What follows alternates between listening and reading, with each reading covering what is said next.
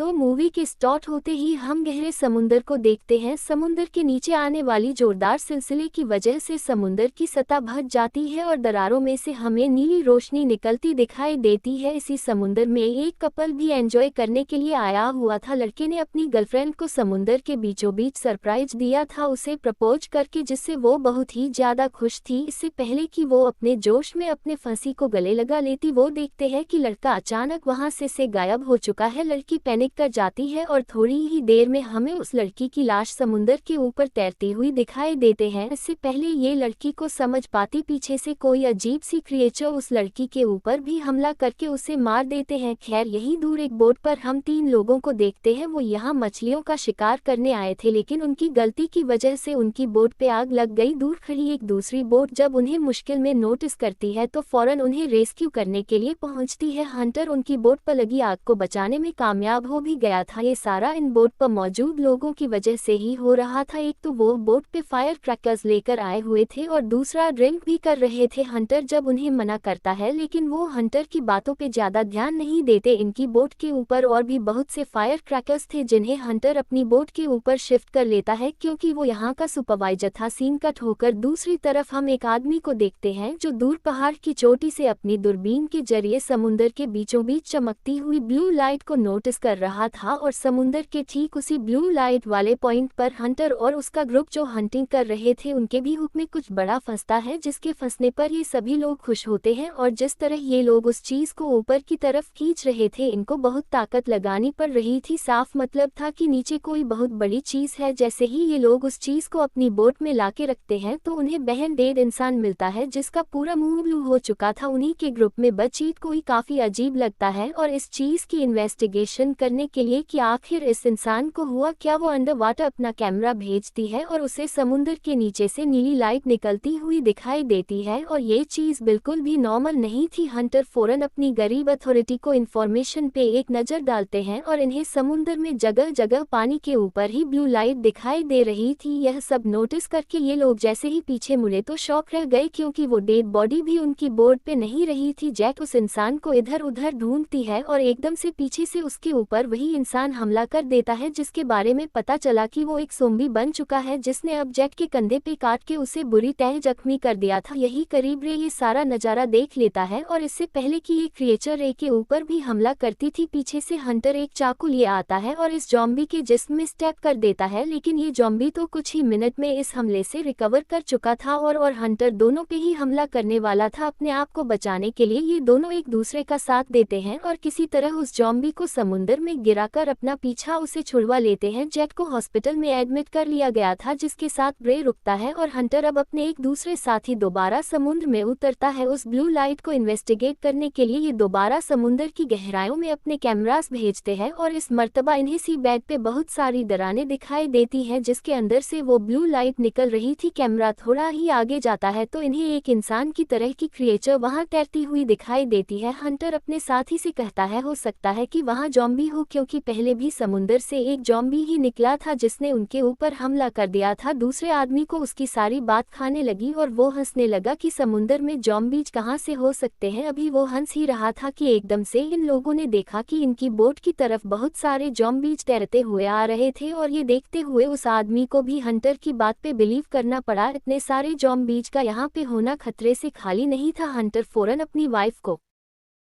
Call करता है और उससे रिक्वेस्ट करता है कि प्लीज़ अथॉरिटीज़ को कहकर समुंदर के आसपास का सारा इलाका खाली करवा दो, क्योंकि यहाँ पे एक बहुत बड़ा सुनामी आने वाला है। उसके कहने के मुताबिक यहाँ पर सुनामी साइरन्स बजने लगते हैं, जो कि एक वार्निंग थी लोगों के लिए कि वो यहाँ से चले जाए। लेकिन बेवकूफ़ लोग यहाँ से जाने के बजाय उल्टा होर से समुंदर को ही देखने लगे, जिसमें पानी बहुत तेजी से पीछे की तरफ मूव हो रहा था। हंटर और उसका साथ ही तेजी से दोबारा साहिल की तरफ आने की कोशिश कर रहे थे ताकि वो वहां पर शेरियों की मदद कर पाए। लेकिन फिर अचानक वो देखते हैं कि उनके पीछे एक बहुत बड़ी तूफान की लहर आ रही है और उस लहर में बेशुमार ज़ॉम्बीज हैं। हंटर अपनी बोट की स्पीड फुल कर देता है, जितना तेजी से वो भाग सकता था वो अपनी बोट को भगा रहा था, लेकिन उस लहर की स्पीड इनकी स्पीड से कई गुना तेज थी और आखिर वो लहर इनकी बोट से टकरा ही जाती है और उसमें वो जद ज़ॉम्बी से बचने के लिए इन दोनों को अपना कंट्रोल पैनल छोड़कर रूम में छुपना पड़ जाता है। एक ही सेकंड में ज़ॉम्बी ज़ॉम्बी सुनामी ने जैसे पूरे साहिल को तबाही कर दिया था। ज़ॉम्बीज यहाँ खड़े लोगों के ऊपर पागलों की तरह हमला करने लगे थे। इसी सुनामी के साथ हंटर और उसके साथ ही बोट भी साहिल पे आ जाती है और वो लोग भी इन ज़ॉम्बी से बचते हुए यहाँ से निकलने की कोशिश में लग जाते हैं। यहाँ हॉस्पिटल में को बताया जाता है कि इस इलाके को तेजी से खाली किया जा रहा है। काफी सारा स्टाफ भी जा चुका था, इसी वजह से जैक को देखने के लिए यहाँ कोई डॉक्टर नहीं रहा था। यहाँ साहिरी पर भी बस अब कुछ ही सर्वाइवर्स बचे हुए थे जिनको जैड और उनका साथी आने वाले खतरे के बारे में इन्फॉर्म करने की कोशिश तो करता है, लेकिन अब काफी देर हो चुकी थी। ज़ॉम्बीज बिल्कुल उनके पीछे थे जो उनके ऊपर हमला करके उनको भी ज़ॉम्बी बना देते हैं और ऐसे ज़ॉम्बीज का एक ग्रुप और भी ज्यादा बड़ा हो जाता है। हंटर और उसका साथी अपने आप को बचाने के लिए अपनी गन और अपने चाकू से काफी सारे ज़ॉम्बीज को मारते हुए आगे बढ़ते हैं, लेकिन इन ज़ॉम्बीज की तादाद अब कम होने वाली नहीं थी। बहुत से इंसान भी इन ज़ॉम्बी के हाथों मारे गए थे। पीछे जो इंसान बचे थे उनको बचाने के लिए हंटर यहाँ पर एक बोट का इंजन स्टार्ट करता है और उस पर लगे हुए फैन के जरिए बहुत सारे ज़ॉम्बीज को एक ही टाइम में मारने में कामयाब हो जाता है और ऐसे पीछे बचे हुए इंसानों को भागने का मौका मिल गया था। सीन का टोकर अब हमें हंट की बेटी सैम को दिखाया जाता है जो अपने फ्रेंड्स के साथ पार्टी कर रही थी, लेकिन इस क्लब की बिल्डिंग के ऊपर भी ज़ॉम्बीज का हमला हो गया। ये लोग पूरी तरह घबरा चुके थे। सैम हंटर को कॉल करती है लेकिन कोई उसकी कॉल नहीं उठा पा रहा था क्योंकि सभी बिजी थे। यहाँ पर हंटर और उसका साथी जब ये रियलाइज करते हैं कि वो जितना भी इन ज़ॉम्बीज को मार ले इनसे बच नहीं सकते तो वो यहाँ से भागने का डिसाइड करते हैं और फौरन ही एक कार में जाकर बैठ जाते हैं, लेकिन जाते ही उनकी जोर से चीख निकल गई क्योंकि पीछे ऑलरेडी कोई था। लेकिन टेंशन की बात नहीं, ये ज़ॉम्बीज नहीं है, इंसान ही है। यहाँ हॉस्पिटल के अंदर जैक को सिर्फ एक ही सेकंड के लिए वश आया था और उसके बाद वो मर चुकी थी। ये देखते ही रहित दुखी हो गया, लेकिन अगली बची जिंदा हो गई, वो भी एक ज़ॉम्बी बनकर, और ये देखकर रे घबरा चुका था। इससे पहले कि वहां से भाग जाता जैड उसके ऊपर हमला कर देती है, लेकिन तभी उसी टाइम रूम में एक डॉक्टर आ जाता है तो जैड रे को छोड़कर उसको काट लेते हैं और जैक को यहाँ से भागने का मौका मिल जाता है। थोड़ी देर बाद जब हंट की वाइफ इनी केंसी हॉस्पिटल का विजिट करती है तो वो ये देखकर बड़ी तरह घबरा चुकी थी कि जैक ने उसके पूरे हॉस्पिटल स्टाफ के ऊपर हमला करके उन्हें ज़ॉम्बी बना लिया था। इससे पहले कि वो कंसी के ऊपर भी हमला करती, कंसी वहां से भागती है और एकदम से कोई आगे से पड़कर उसे पकड़कर एक कमरे में खींच लेता है। ये रे था जो पहले भी इन ज़ॉम्बीज से ही बचकर भाग रहा था। अब यहाँ ज़ॉम्बीज मिलकर ये दरवाजा तोड़ने की कोशिश में लग जाते हैं, जबकि यहीं से केंसी और रे एक दूसरे रूम में चले जाते हैं अपने आप को बचाने के लिए, जहाँ से इनका सामना हो जाता है व्हीलचेयर पर बैठे एक और ज़ॉम्बी से। यहाँ हंटर का भी पूरा क्रो स्टेशन तक पहुँचता है और यही उनके पीछे बहुत सारे ज़ॉम्बीज पड़ जाते हैं। अपने आप को बचाने के लिए वो लड़का अपनी वाइफ को ज़ॉम्बीज के हवाले करके पुलिस स्टेशन के अंदर जाकर वहां का दरवाजा बंद कर लेता है। उससे जो किया था वो बहुत गलत था। टर जब उसे इसके बारे में सवाल करता है तो वो उल्टा हंटर से ही बदतमीजी करने लगा। वो पुलिस ऑफिसर से भी बदतमीजी करते हुए वहां के वेपन्स मांगता है, लेकिन पुलिस ऑफिसर ऐसा करने से इनकार कर देते। इस गुस्से में वो एक पुलिस ऑफिसर को तब मार देता है और इससे पहले कि वो दूसरे को भी मार देता, हंटर अब उसे किसी चीज से मारते हुए बेहोश कर देता है। इसके बाद ये लोग इस आदमी को बंद करते हैं और हंटर का साथ ही यहाँ से मदद बुलाने की कोशिशों में लग जाता है, लेकिन किसी भी दूसरे शहर से उसका कांटेक्ट नहीं हो पा रहा था। हंटर खुद यहाँ पर पुलिस के कंप्यूटर को लॉग इन करता है और उसमें से उस बोट का पता चलाता है जो उसने समुद्र के बिल्कुल दरमियान में देखी थी। वो बोट एक फार्मास्यूटिकल कंपनी की थी और उसका स्टेटस था कि वो वेस्ट को डंप करने के लिए समुद्र में गई थी। इससे पहले ये लोग कुछ और पता चला थे। ज़ॉम्बीज पुलिस स्टेशन की खिड़कियां तोड़ देते हैं, वो किसी भी वक्त अब अंदर आ सकते थे, इसलिए ये दोनों जाकर एक अलमारी से अपने लिए वेपन्स लेते हैं और यहाँ से निकल जाते हैं, जबकि वो आदमी इनसे रिक्वेस्ट करता रह जाता है, प्लीज मुझे खोलो। बाहर का दरवाजा खोलते ही ये लोग पुलिस शील्ड्स का इस्तेमाल करते हैं ज़ॉम्बीज को अपने आप से दूर करने के लिए और फिर हंटर का साथ ही ज़ॉम्बीज को शूट करना शुरू कर देता है, जबकि हंटर ने तो अब कमाल ही कर दिया था। वो यहाँ पर हैंड रॉकेट लॉन्च करता है जिसकी वजह से दो ज़ॉम्बीज का आने वाला पूरा ग्रुप एक ही वक्त में तबाह। रास्ता इनका साफ हो गया था कि लोग एक कार में बैठ के यहाँ से निकल जाते हैं, लेकिन ये नहीं जानते कितने सारे ज़ॉम्बीज को मारने के बाद खतरा टला नहीं। एक और बड़ा ज़ॉम्बीज का सुनामी इस शहर पे हमला करने वाला है। सीन कट होकर दोबारा हम सैम और उसके ग्रुप को देखते हैं जो किसी तरह ज़ॉम्बी से बचते हुए अपने क्लब से बाहर निकल गए थे। के पीछे भी बहुत सारे ज़ॉम्बीज पैक गए जिनसे बचने के लिए वो एक मॉल में गए, तो यहाँ पे भी उनकी किस्मत खराब क्योंकि बहुत सारे ज़ॉम्बीज का उनसे सामना हो गया, जिनसे लड़ते हुए अपनी जान बचाकर ये लोग वहां से तो निकल जाते हैं, लेकिन अब बहुत सारे ज़ॉम्बीज इनका पीछा कर रहे थे। ये लोग एक खास पॉइंट पर पहुंचते हैं जहां जहां इनके वैन की वैन खड़ी हुई थी। ये लोग वैन का डोर नॉक करते हुए जल्दी से वैन के अंदर छुप जाते हैं, जबकि वो बैंड मेंबर जो इस वैन में ही चल कर रहा था उसे अभी तक होने वाली किसी चीज का अंदाजा नहीं था। वो बड़े मजे से जैसे ही बाहर निकलता है तो सामना हो जाता है उसका बहुत सारे ज़ॉम्बीज थे, जिनमें से एक दो को तो वो मारता है, लेकिन एक इंसान कितने भी ज़ॉम्बीज को मारता, यहाँ ज़ॉम्बीज उसके ऊपर भी हमला कर देते हैं और वो भी मारा जाता है। अब सब और उसके सारे साथी इस बहन को चलाने की और यहाँ से भागने की कोशिश में थे, लेकिन यहाँ पे भी उनकी किस्मत कम नहीं की, क्योंकि वाहन चल ही नहीं रही। यहाँ पर शम की एक दोस्त जो कि इन लोगों से बिछड़ गई थी उसे हम जंगल में भागते हुए देखते हैं, जिसके पीछे स्टर्न दो जम्स थे। उससे दूर पहाड़ी पे एक घर नजर आता है जिसकी तरफ वो भागना शुरू कर देती है। इस घर का ओनर भी सीसीटीवी कैमरा से उस लड़की को आते हुए देख चुका था और यह वही आदमी है जो समुद्र से निकलती हुई ब्लू लाइट को मूवी के पहले सीन में नोटिस कर रहा था, और उसने अपने कमरे में एक ज़ॉम्बी को भी बांध के रखा हुआ था जैसे वो उस पर कोई एक्सपेरिमेंट कर रहा हो। ये आदमी दरवाजा खोलने से पहले उस लड़की से कहता है, पहले मुझे ये यकीन दिलाओ कि तुम इफेक्टेड नहीं हो। जैसे ही वो लड़की अपनी कमर दिखाकर उसे यकीन दिलाती है तो वो फौरन ही ऑटोमेटिक वो दरवाजा खोल देता है और लड़की इस घर के अंदर आ जाती है। यहाँ वो इसी आदमी से रेडियो मांगकर अपने डैड को कांटेक्ट करती है, जो और कोई नहीं बल्कि हंटर का साथी एक कन ही था। उसे कहता है, बेटा फिक्र मत करो, मैं तुम्हें बचाने जरूर आऊंगा, तुम वहीं पर रहना। अब सन हंटर सबसे पहले मॉल की तरफ जाती है जिसके पास ऑलरेडी सैम बनी हंटर की बेटी फंसी हुई थी। सैम के साथ उसका दोस्त भी था जिसके पाँव में चोट लगी हुई थी और उसकी वजह से सैम का आगे बढ़ना भी मुश्किल हो रहा था। ये लड़का सैम से कहता है, मैं इन सारे ज़ॉम्बीज को डिस्ट्रैक्ट करता हूँ, तुम यहाँ से चले जाओ, तुम्हें अपनी जान बचानी चाहिए। ये कहते ही वो विंडो के जरिए इस वन से निकल आता है और वैन की छत पे चढ़ जाता है। वो काना लगाते हुए यहाँ ज़ॉम्बीज को डिस्ट्रैक्ट करता है, जबकि सैम जल्दी से इस गाड़ी से निकलने में कामयाब हो जाती है। सामने हंटर और एनी भी आ गए थे। इकोनी अपनी बंदूक के जरिए उसका पीछा करने वाले हर ज़ॉम्बी को शूट करता है, जिसके बाद सैम उनकी कान में बैठ जाती है और यहाँ पे वो लड़का उसे बचाने के चक्कर में ज़ॉम्बीज के हाथों मारा जाता है। सबको बचाने के बाद इनका दूसरा टारगेट था केंसी को, यानी सैम की मॉम को बचाने का, जिनसे इनका कोई कांटेक्ट नहीं हो पा रहा था। ये लोग हॉस्पिटल में पहुंचते हैं तो वहां इन्हें कोई नजर भी नहीं आया। अब शद यहाँ हॉस्पिटल के स्पीकर्स का यूज करती है अपनी मॉम को ये बताने के लिए कि वो यहाँ इन्हें बचाने आ गए हैं, और स्पीकर से निकलता हुआ शोर सारे ज़ॉम्बीज को अट्रैक्ट कर लेता है जिनसे अकोनी और हंटर लड़ते हैं। यहाँ स्पीकर की वाई के जरिए अब बाहर से ज़ॉम्बी सैम को भी बाहर की तरफ खींचने लगे थे और उन्होंने तो डोर भी दौड़ दिया सैम के ऊपर हमला करने के लिए, लेकिन सैम अपने आप को बचाने के लिए डबल प्लेट से उस ज़ॉम्बी को मारते हुए रूम से बाहर आ जाते हैं, जहां उसके डैड मेन स्विच से 2 वायर्स निकालकर यहां सभी ज़ॉम्बीज को लगा देते हैं। ग्रांड पास होते होते एक से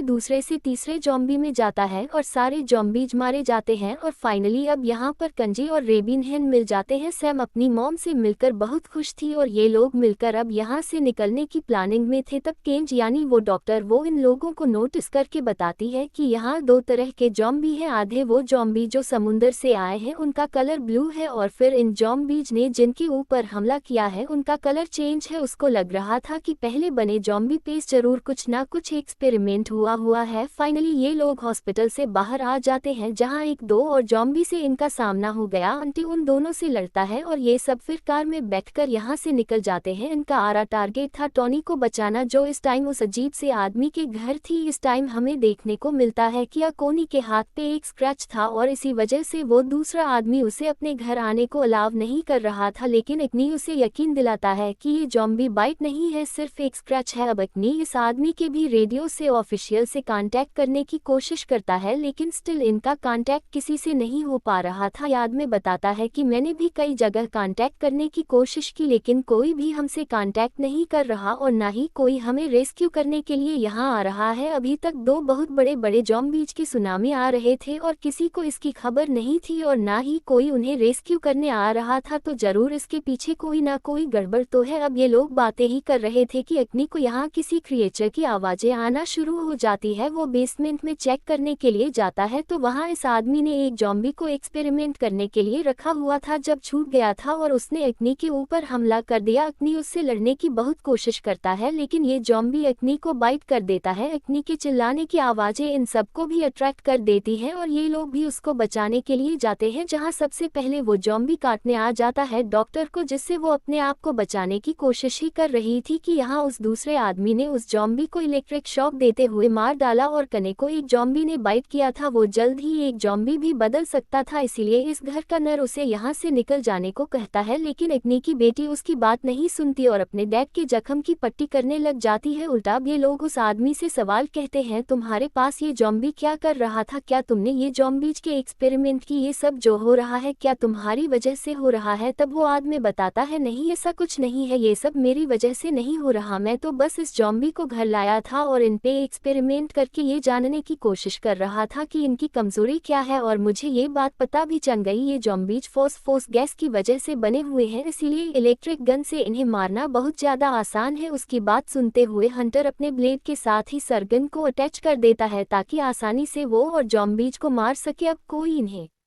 रेस्क्यू करने तो आ नहीं रहा था, अगर इन्हें अपनी जान बचानी थी तो खुद ही जॉम्बीज को मारने का कोई प्लान बनाना था। हंटर के दिमाग में एक प्लान आ भी चुका था, हमें किसी तरह सारे जॉम्बीज को पानी में लेकर जाना होगा और फिर यहाँ पानी के अंदर ग्रंथ छोड़ देंगे जिससे सारे जॉम्बीज एक ही टाइम में मारे जाएंगे। और जब हम सारे जॉम्बीज को ही मार देंगे तो ना ही कोई जॉम्बी इंसान पर अटैक करेगा और ना ही कोई इंसान जॉम्बी में बदलेगा। उसका ये प्लान सुनते हुए यह आदमी उन्हें बताता है कि उसके पास बहुत सी कनेक्ट और ऐसी चीजें हैं जिनसे जॉम्बी के ऊपर हमला किया जा सकता है। ये प्लान बनाते ही ये लोग जैसे ही बाहर निकलते हैं तो देखते हैं कि जॉम्बीज भी इनके घर के अंदर आने में कामयाब हो चुके थे। इस टाइम जो हंटर ने वेपन बनाया था वो भी सही से काम नहीं कर रहा था और जॉम्बीज इनके ऊपर हमला भी कर चुके थे। तब यहीं पर हंटर की मदद करने के लिए हंटर की वाइफ आती है, वो यहाँ पर मौजूद एक क्रशिंग मशीन ऑन कर देती है और ये दोनों मिलकर एक एक करके सभी जॉम्बीज को उठाकर उस क्रशिंग मशीन के अंदर डालना शुरू कर देते हैं। इन दोनों की टीम वर्क की वजह से इन्होंने काफी सारे जॉम्बीज को मार दिया था। फाइनली ये लोग यहाँ से बाहर निकल सकते थे। बाहर निकलकर ये लोग करीब एक केव में छुपने के लिए जाते हैं, जहाँ जाकर रखने की तबीयत अब ज्यादा बिगड़ने लगी थी। यहाँ पर वो दूसरा आदमी बताता है क्योंकि जॉम्बी ने उसके दिमाग के आसपास के हिस्से को बाइट नहीं किया था, इसी वजह से इतनी जरा देर से जॉम्बी बन रहा है। लेकिन अब उसका टाइम आ गया है और यहाँ मरने से पहले कोनी अब सबसे बड़ा सच रिवील करता है, वो ये कि उन्हें इस जॉम्बीज की हिस्ट्री के बारे में पता है। काफी सालों पहले इस आइलैंड पे एक फार्मास्यूटिकल कंपनी आई थी, उस मेडिसिन को इंसानों के ऊपर एक्सपेरिमेंट करने की अभी इजाजत नहीं मिली थी, लेकिन उस फार्मास्यूटिकल कंपनी ने इंसानों को वो मेडिसिन दे दी जिसकी वजह से बहुत सारे इंसान जॉम्बीज में बदल गए। उस कंपनी के कोई नुकसान ना हो जाए, उस कंपनी ने यहाँ के लोकल काउंसलर्स को बहुत सारी रिश्वत दी कि वो इस राज को राजी रखेंगे और रिश्वत लेने वालों में एकनी खुद भी शामिल था क्योंकि उसे अपनी वाइफ का इलाज करवाना था। लेकिन बदकिस्मती से वो फिर भी मर गई और आज उसी की वजह से इतने सारे लोग भी मर रहे हैं। अभी ये लोग ये डिस्कस ही कर रहे थे कि यहाँ पर इन्हें ढूंढ हुए बहुत सारे जॉम्बीज आ जाते हैं। यहाँ पर हंटर अपने नए बनाए हुए वेपन से इन जॉम्बी से लड़ता है, जबकि दूसरी तरफ इतनी भी मर जाता है। इससे पहले कि वो अब जॉम्बी बनके जिंदा होता, उसकी बेटी उसके हाथ में एक गन्ने रख देती है और इसके बाद ये सब लोग इस केव से बाहर निकल आते हैं। आखिरी बार टोनी अपने डैड को एक जॉम्बी बने हुए देखती है और उसी सेकंड उसके हाथ में पकड़ा हुआ गन्नी ब्लास्ट हो जाता है और इस केव में मौजूद सभी जॉम्बीज मारे जाते हैं। ये लोग अब साइल के किनारे पहुंच जाते हैं जहां जाके इन्हें अपना प्लान एग्जीक्यूट करना था। टोनी, रे और वो दूसरा लड़का बोट में बैठकर दूर चले जाते हैं। जब यहाँ पर हंटर और उसकी फैमिली सभी जॉम्बीज को एक रेडियो के जरिए अट्रैक्ट करते हुए पानी तक ले जाने का काम करती है। बहुत सारे जॉम्बीज पानी तक पहुंच जाते हैं, लेकिन एक अल्फा जॉम्बी यहाँ हंटर के पीछे पड़ जाता है जिससे हंटर को हाथ से लड़ना पड़ता है क्योंकि इस टाइम हंटर का वेपन काम नहीं कर रहा था। लड़ते लड़ते वो उसे भी पानी तक ले जाता है और एक और मर्तबा उस जॉम्बी पे अपने वेपन से हमला करता है और इस टाइम उसका वेपन काम करने पे उस जॉम्बी का सर ही कट जाता है। यहाँ पर जो बाइक हंटर ने छोड़ी थी उसे उसकी वाइफ संभाल लेती है और उस पर म्यूजिक ऑन करके बाकी सभी जॉम्बीज को पानी तक लेकर आती है, जिसके बाद सैम यानी उनकी बेटी बहुत सारी बायस को पानी में डालते हुए आखिर में पावर बटन ऑन कर देती है जिससे सभी जॉम्बीज एक ही बार में कट लगकर मारे जाते हैं। यहाँ इस बोर्ड के अंदर इन लोगों को बाकी जॉम्बीज को एक खास मेडिसिन को एक्सप्लोर करते हुए मारना था, जो मेडिसिन समुंदर में फैलकर समुंदर में मौजूद सभी पुराने जॉम्बीज को मार देती। उनके ये सेटअप लगाने से पहले टोनी उन दोनों की मदद करती है कि कोई भी क्रिएचर, कोई भी जम भी उन तक ना पहुंच पाए और जब सारा सेटअप तैयार हो जाता है तो रे टोनी को एक लाइफ जैकेट देता है और यहाँ से दूर चले जाने को कहता है क्योंकि उसके डैड उसे जिंदा रखना चाहते थे। टोनी भी बात मानते हुए पानी में जंप कर देती है और फिर मूवी के आखिरी सीन में हम इस बोट को भी एक्सप्लोर होते हुए देखते हैं, नी तबाह होते हुए देखते हैं, जिसके रिजल्ट में रे और वो दूसरा आदमी भी मारे जाते हैं। अब ये कहानी यहाँ खत्म हो जाती है।